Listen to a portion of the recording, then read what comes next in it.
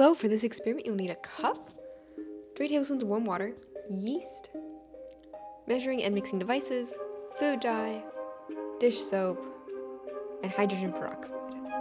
So first, pour 1/2 cup of the hydrogen peroxide into your cup. Mix in dish soap and some of that food coloring.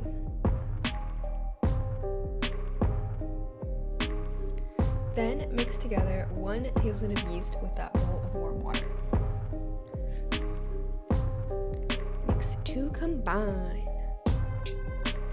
Then just pour the solution into the hydrogen peroxide solution and watch what happens.